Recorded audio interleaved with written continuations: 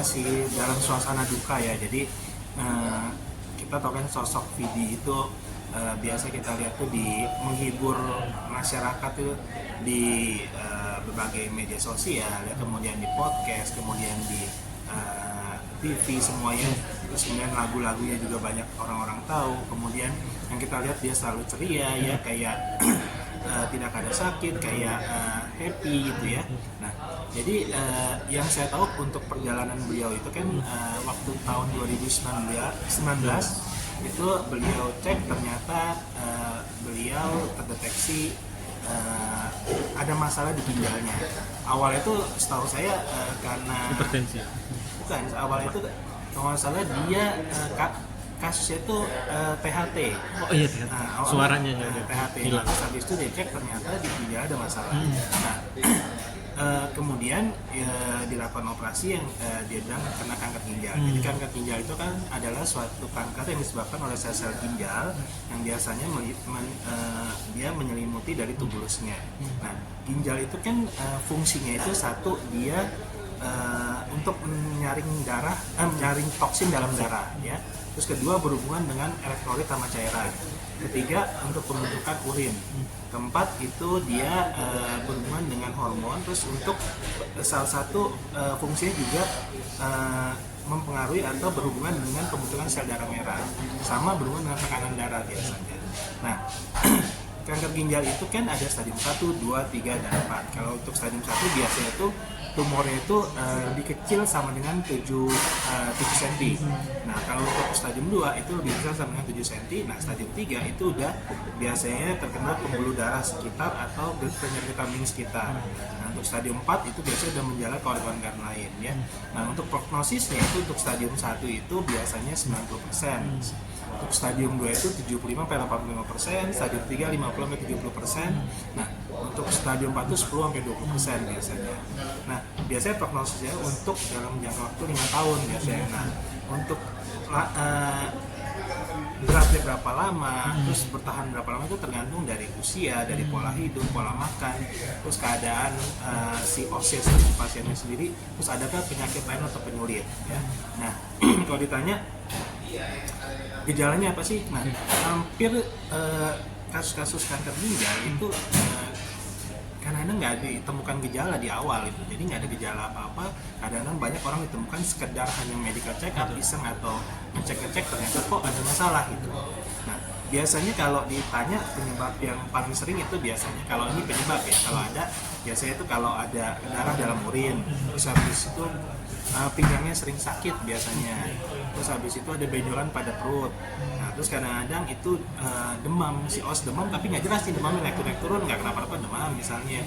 Terus berat badan turun terus mual, muntah, terus kadang-kadang hipertensi, tekanan darah juga tinggi nih, nggak kenapa-napa, begitu cek kok tekanan darahnya tinggi ya gitu. Bisa juga dari masalah di ginjal tuh. Karena kan kalau hipertensi sendiri ada penyebabnya primer dan sekunder. Primer idiopatik sampai sekarang belum jelas penyebabnya, sekunder ada hubungan dengan ginjal biasanya. Nah, kemudian kalau misalnya ditanya penyebab kanker ginjal itu apa? Nah, yang kita tahu adalah faktor risikonya. Faktor risikonya dari pola hidup, pola makan, riwayat keturunan, genetik, kemudian lingkungan sekitar, alkohol, asap rokok, narkoba, obat-obatan dan sebagainya. Ya. Nah, kemudian beliau mengatakan akhirnya dioperasi.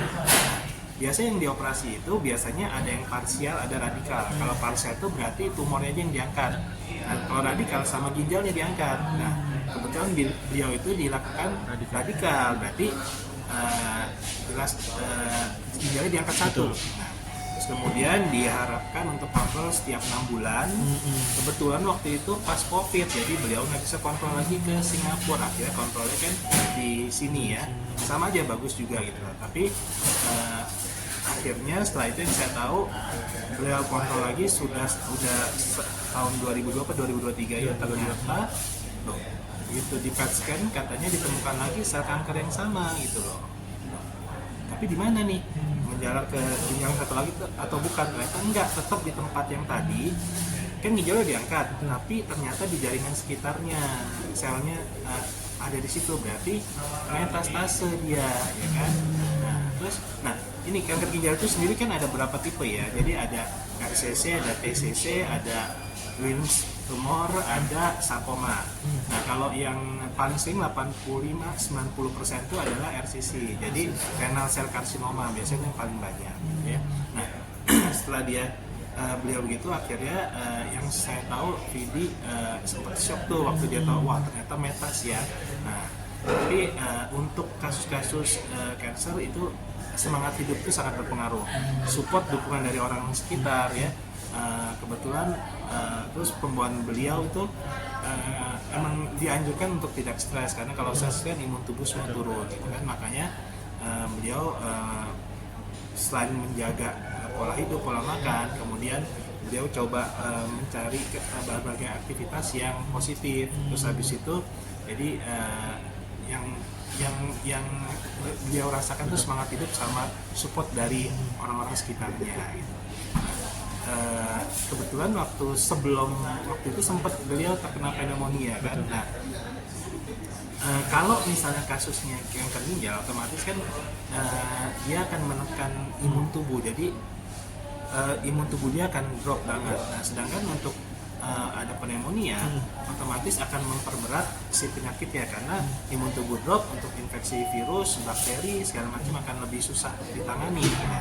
Dan sedangkan kenapa si kanker ginjal ini cepat menyebar, karena kan tadi salah satunya dia membentuk sel darah merah, jadi dia akan lebih cepat menyebar kemana-mana untuk si kanker ginjal ini. Dok, almarhum juga kan akhirnya melakukan kemo ya. Sebenarnya dok, kemo itu ada manfaatnya berapa persen sih dok? Kan karena sebagian orang kan nggak usah kemo sampai, terus ada yang bilang harus kemo. Sebagai dokter gimana dok? Jadi, pembelajaran kita nih. Kan terapinya itu bisa emang selain di operasi itu kan ada kemoterapi, ada imunoterapi, ada radioterapi ya. Nah, jadi kalau ditanya kemo itu ada efek sampingnya? Ada, karena kemo itu dia mencoba menghambat pertumbuhan si sel kanker, tapi sel-sel yang sehat juga terkena. Makanya orang kemo itu kadang-kadang banyak yang nggak kuat, jadi ada yang mesti kemo satu set kadang-kadang 10-12 kali, baru 3 kali mereka nyerah tuh.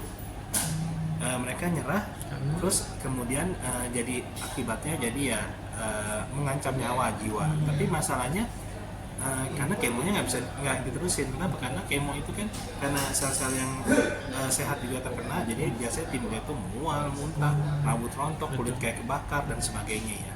Nah, tapi yang saya tahu itu begitu kan ada kanker itu kan ada stadium-stadiumnya. Nah, biasanya itu ada dokter onkologi. Dokter onkologinya akan menentukan perlu dilakukan kemo, terus kemudian radioterapi, imunoterapi atau tindakan apa yang paling pas untuk si pasien sendiri. Kalau ditanya efek sampingnya ada nggak? Ada. Tapi kalau nggak dilakukan otomatis dia sel kankernya akan lebih mengancam, lebih cepat mengancam nyawa gitu. Jadi memang kalau mesti dilakukan untuk sekarang ya, untuk dilakukan kemo gitu. Kan tapi penelitian kan masih berjalan terus nih. Jadi dunia kedokteran medis itu cepat sekali berkembangnya. Jadi kita harapkan akan ditemukan terapi-terapi baru yang lebih efektif dan mengurangi efek-efek samping seperti kemoterapi. Dok, terakhir untuk kita lah ya, untuk para fansnya dan juga para masyarakat umum, apa sih yang harus dilakukan benar-benar untuk mencegah biar penyakit yang kanker ginjal tersebut bisa kena kita amit-amit yang lebih ngeri. Dan juga ini penyakit turunan nggak sih dok terakhir? Jadi gini, kalau ditanya apa yang mesti kita lakukan untuk mencegah ya, itu saya waktu sempat lihat beliau di salah satu podcast ya. Beliau ngomong itu yang menyentuh ya.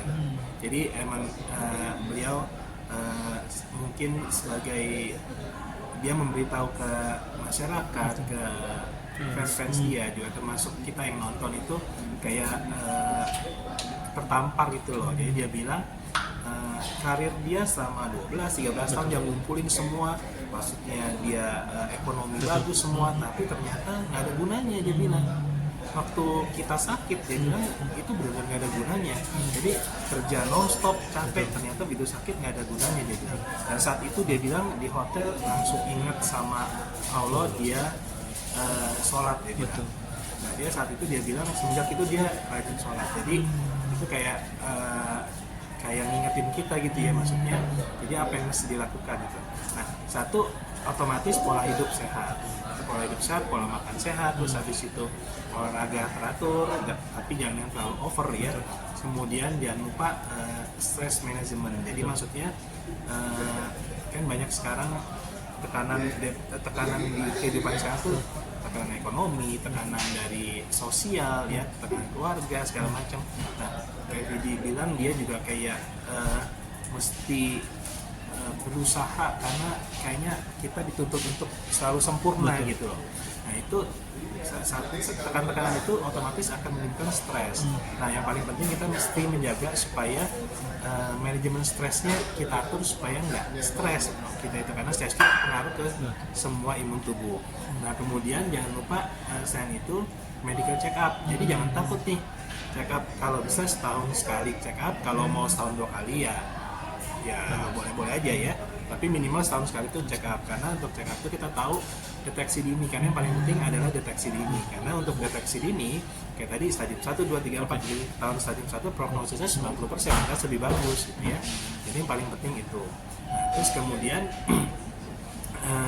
tadi yang dia bilang salah satu untuk mengatasi stres atau itu salah satunya adalah tadi happy, bahagia. Kemudian jangan lupa ada yang di atas, kita hubungannya nggak cuma horizontal nih ke sama, hubungan ke vertikal ini juga mesti bagus, karena kalau hubungan vertikal kita bagus pasti hubungan horizontalnya juga bagus.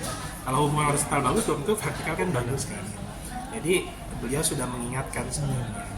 Terakhir, kalau internet penyakit turunan ginjal itu penyakit turun. Oke, jadi sampai sekarang kan ini untuk kasus kankernya masih dalam penelitian terus, penelitian masih berjalan.